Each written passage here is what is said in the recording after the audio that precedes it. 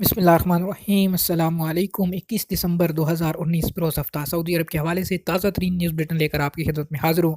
اگر آپ بھی سعودی عرب کے حالات سے باخبر رہنا چاہتے ہیں اس ویڈیو کو مکمل دیکھیے، چینل کو سبسکرائب کیجیے۔ ویڈیو کا آغاز کرتے ہیں سعودی عرب کی تازہ ترین خبروں سے۔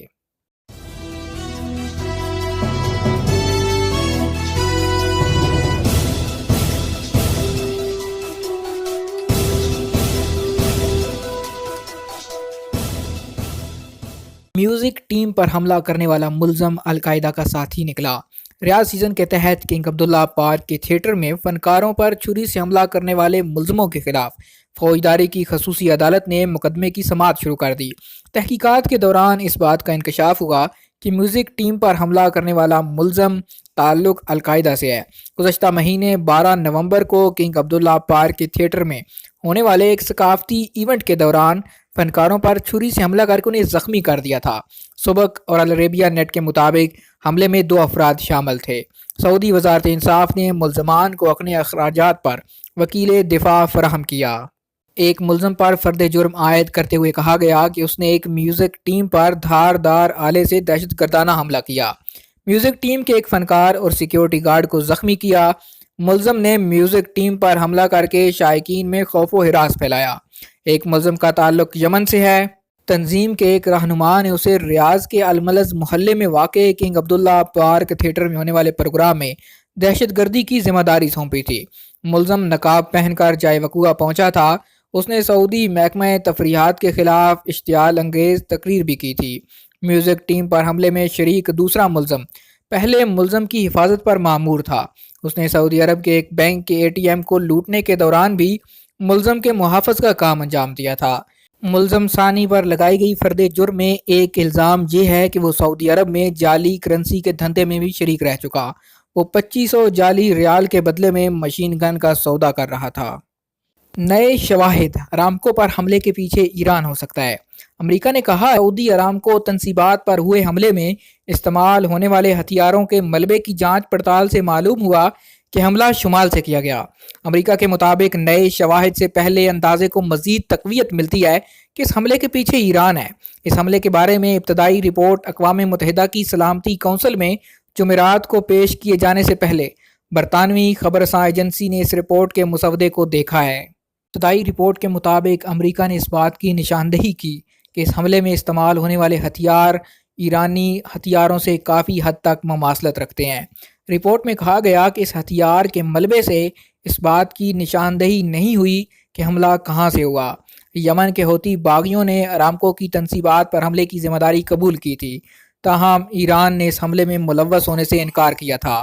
ایک مغربی انٹیلیجنس اہلکار کے مطابق کچھ ایئر کرافٹ حملے کے لیے عراق اور کویت کے اوپر سے گزرے۔ 17 منٹ کے حملے ڈرون سے کیے گئے۔ امریکی، یورپی یونین اور سعودی عرب نے ارامکو پر 16 ستمبر کے حملے کا الزام ایران پر لگایا تھا۔ خیال رہے کہ ستمبر میں خریس اور بوکیک میں سعودی ارامکو کی تنصیبات پر حملہ کیا گیا تھا۔ اس حملے کے نتیجے میں خام تیل کی ترسیل 5.7 ملین بیرل تک متاثر ہو گئی تھی۔ 3 مہینوں میں 6 لاکھ سے زائد ورک ویزے۔ سعودی عرب نے 2019 کی تیسری سہ-ماہی کے دوران 6,06,000 ورک ویزے جاری کیے۔ پہلی سہ-ماہی میں 5,52,400 ورک ویزے جاری کیے گئے تھے۔ المدینہ اخبار کے مطابق تیسری سہ-ماہی میں مرد ملازمین کے لیے 4,98,000 ویزے جاری کیے گئے۔ یہ کل ویزوں کا 82.1% تھے۔ خواتین کے لیے 1,09,000 ویزے جاری کیے گئے جو 17.9% تھے۔ کمپنیوں کو غیر ملکی ملازمین کے بینک اکاؤنٹ پیش کرنے کا حکم۔ سعودی وزارت محنت و سماجی بہبود نے 20 سے زیادہ ملازم والی تمام کمپنیوں کو اپنے ملازمین کے بینک اکاؤنٹس کا کارڈ پیش کرنے کا حکم دے دیا۔ وزارت محنت ملازموں کی تنخواہوں کی بروقت ادائیگی کو یقینی بنانے والا پروگرام سلسلہ وار نافذ کر رہی ہے۔ اس کا 14واں مرحلہ جمعرات کو نافذ کر دیا گیا۔ اوقاز اخبار کے مطابق وزارت محنت نے کمپنیوں کے مالکان کو حکم دیا کہ وہ اپنے ہر کارکن کا بینک اکاؤنٹ کھلوائیں اور ان کے بینک اکاؤنٹس کا ڈیٹا جمع کر کے وزارت کو پیش کریں۔ اگر کسی کارکن کا بینک اکاؤنٹ نہ ہو تو اس کو تنخواہ کا کارڈ جاری کیا جائے۔ اس طرح کے کارکن کا ڈیٹا الگ سے تیار کر کے وزارت کو اس کی اطلاع دی جائے۔ اکاؤنٹ اور تنخواہ کارڈ کا ڈیٹا ہر مہینے متعلقہ بینکوں کو بھیجا جائے اور تنخواہیں ادا ہو جانے کے بعد تصدیق شدہ دستاویز بینک سے حاصل کر کے اپنے ریکارڈ میں رکھی جائے۔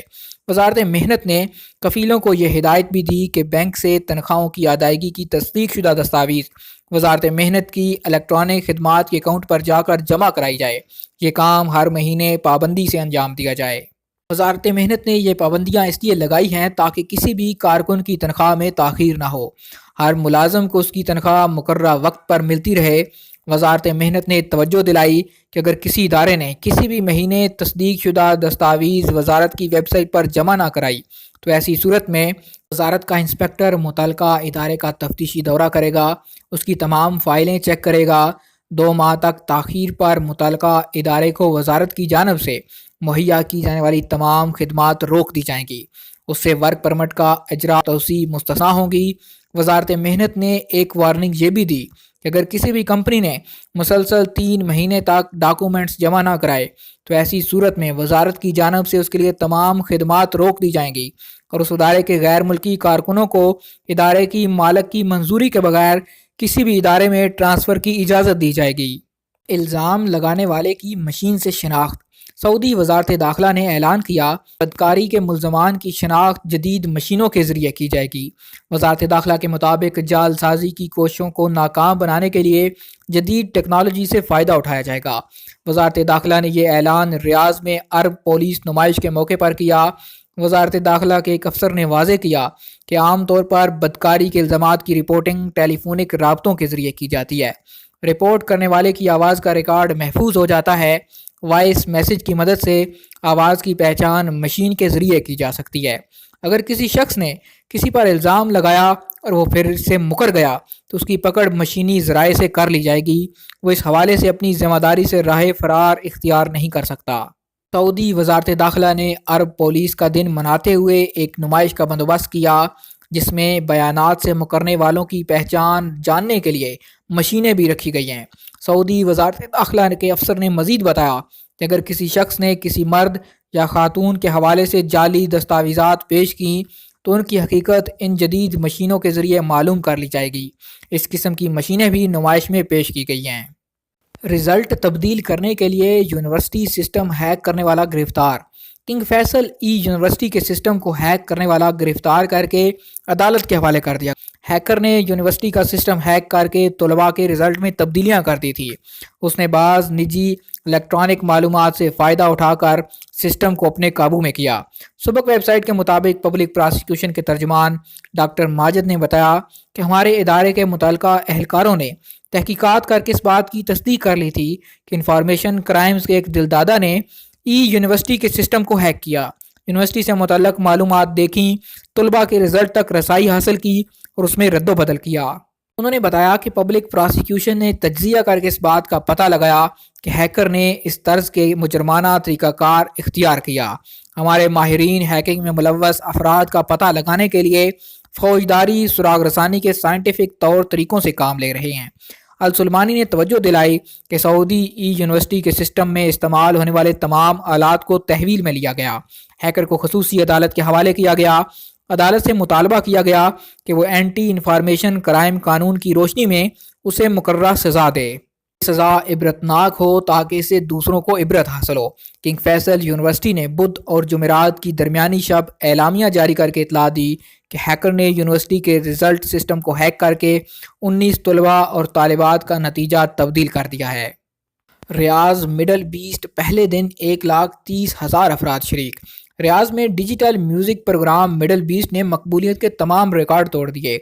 دنیا کے مختلف ملکوں کے 30 سے زیادہ فنکاروں نے 5 تھیٹرز میں اپنی آواز کا جادو جگایا۔ شمالی ریاض کے بنبان علاقے میں ڈیجیٹل میوزک پروگرام 11 گھنٹے تک جاری رہا۔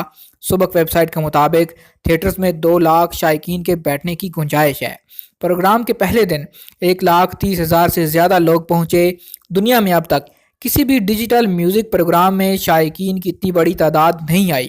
مڈل بیسٹ نے کیلیفورنیا کے سالانہ کوچیلا میوزک میلے اور بیلجیم کے ٹومور لینڈ کے شائقین کی تعداد کے حوالے سے پیچھے چھوڑ دیا۔ ریاض کا مڈل بیسٹ میوزک پروگرام شائقین کی تعداد کے لحاظ سے دنیا میں میوزک پروگراموں کی فہرست میں سب سے اوپر آ گیا۔ امریکہ کے سالانہ کوچیلا میوزک میلہ 99,000 شائقین کے حوالے سے دوسرے، اور بیلجیم کا ٹمور لینڈ میوزک کنسرٹ 66,000 شائقین کے ساتھ تیسرے نمبر پر ہے۔